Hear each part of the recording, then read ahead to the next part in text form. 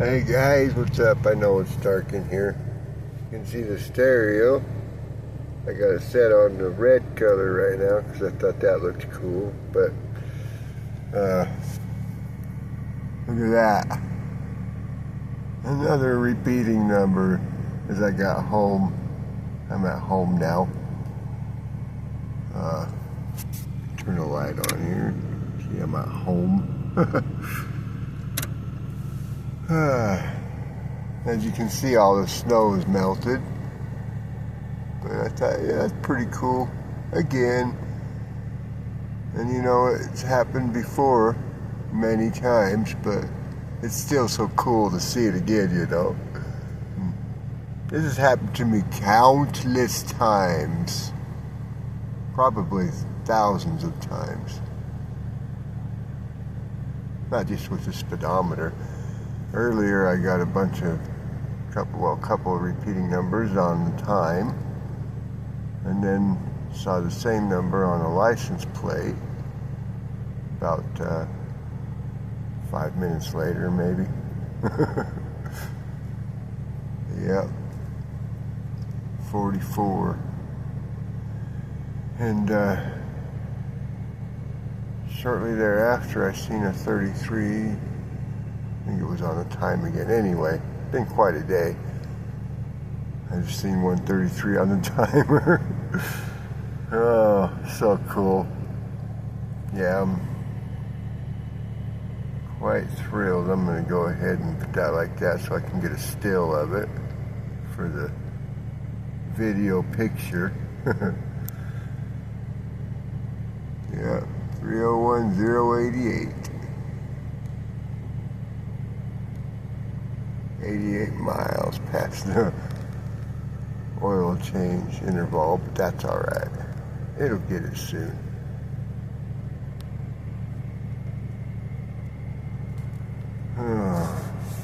I got a couple of videos, you know. I drove around today. It's kind of muddy in places, but did alright, and sent out positive healing energy to all the forest lands around here where I was able to drive it anyway. One area I didn't get any video of because it's too muddy. Short little road off of another dirt road. It was one of the areas I was kind of inspired to go and sit at, and I did the same thing there a while back. Just sat there and just sent out calming positive energy, and when I got there it was still pretty potent, but it needed more. Storage space running out.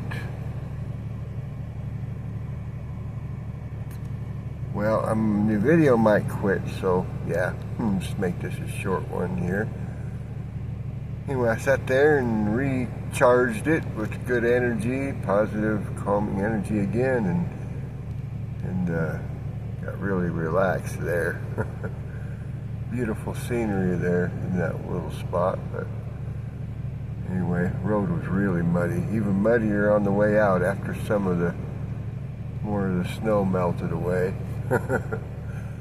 But I just took it slow with the four-wheel drive, and gosh, it wasn't even as bad as on this one spot on the way home here, so I just about got stuck here on the way home. But you know, I followed the signs and synchronicities. There's a hay barn on the way back, and there's also a dirt mound after that. And on my way home, I was wondering which way I should take home.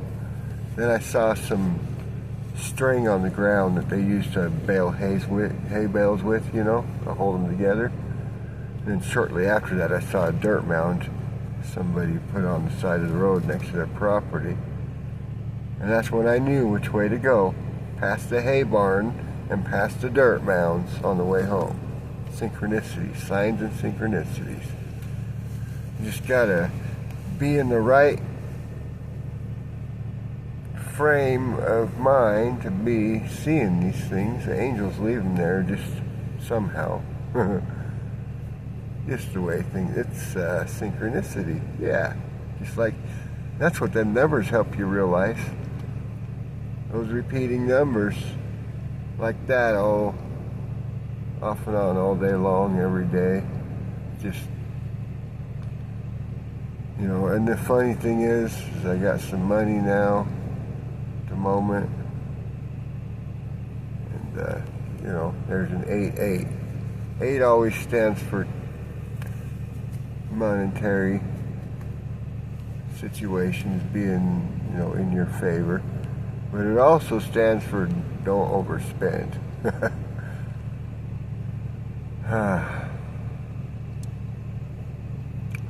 Yeah, the angel scribe numbers. I use the angel scribe numbers to tell me what I want to know, and they're, you know, pretty accurate in giving you a good description of what's going on, what you need to pay attention to, get an idea about, stuff like that.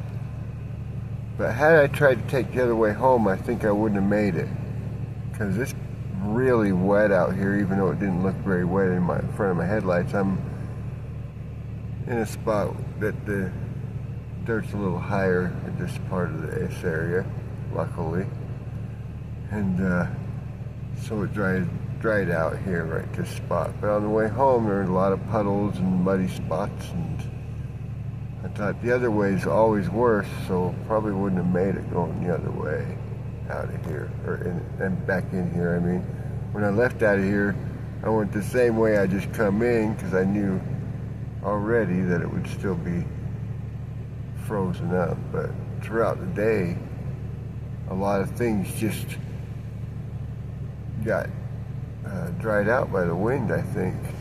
A lot of the mud. Yep.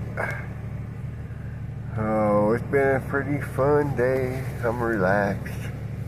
Now I'm going to go in and do this regular doing things, you know.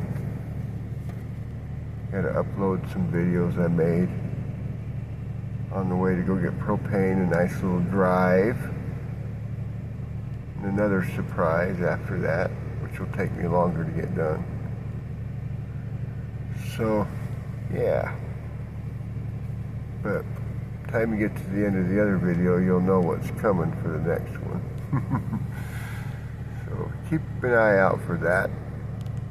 I might get them up a little. Well, first one I made earlier, I'll do that one tonight after this little bit, and link it to this one. But it won't be on this one yet. Maybe it will be if you're watching it later on.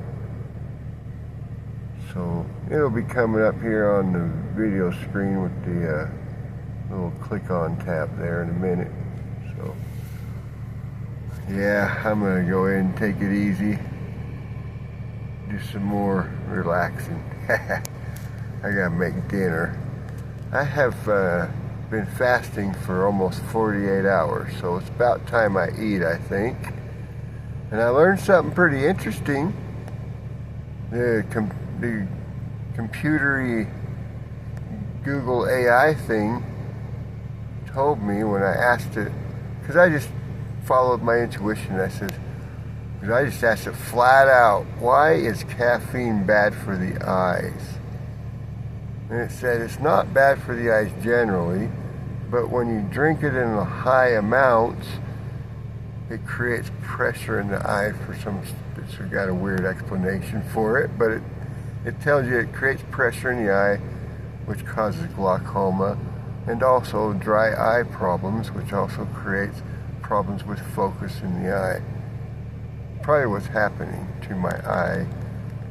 I had some caffeine, and then it seems to get worse. I don't know. I'm going to find out if it's just caffeine by biting a bit and just not drinking any Mountain Dew. I'm going to regret the withdrawal, but I can handle it. Addiction always has some kind of a little bit of withdrawal, you know, but you just let it go. It's not so bad. It's like you got to pull out a hair, you know. Do it quick. Doesn't hurt so bad. Yep.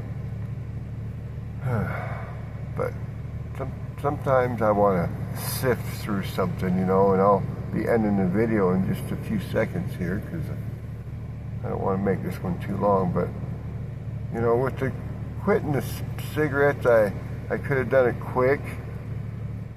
But then I got thinking, you know, this is an experience I'll never have again, like quitting it. So I decided to sift through it slow. And I used to smoke 40 cigarettes a day. Now I can easily keep it less than 10. And some days not even 1 or 2 a day. So if I'm more busy, I have more, it seems like. Got to be careful about that. Make sure I get something else on my mind to keep me busy from being busy with cigarette in my hand. Yeah. A couple of factors I gotta stop liking about it. The smell. I always like the smell of the tobacco smoke. And the flavor, a little bit of a taste there that's different than anything else. Got to get used to not having that. Still kind of crave that. But the nicotine addiction is gone. When I have a cigarette, it very quickly fills the need. And I don't really need it after like half of it. Probably a third. Yep, so definitely broke the addiction. I just got to get rid of the habit part of it. I'll talk to you guys later. You guys have a good one. And, you know, click on one of the videos here and the subscribe thing if you feel like it. If I'm doing well. I hope I am. You know, kind of in the dark here with a little bit of light at the end of the tunnel. Haha. Go figure, right? I'll talk to you guys later. I love y'all. And you guys have a good one. Talk to you later.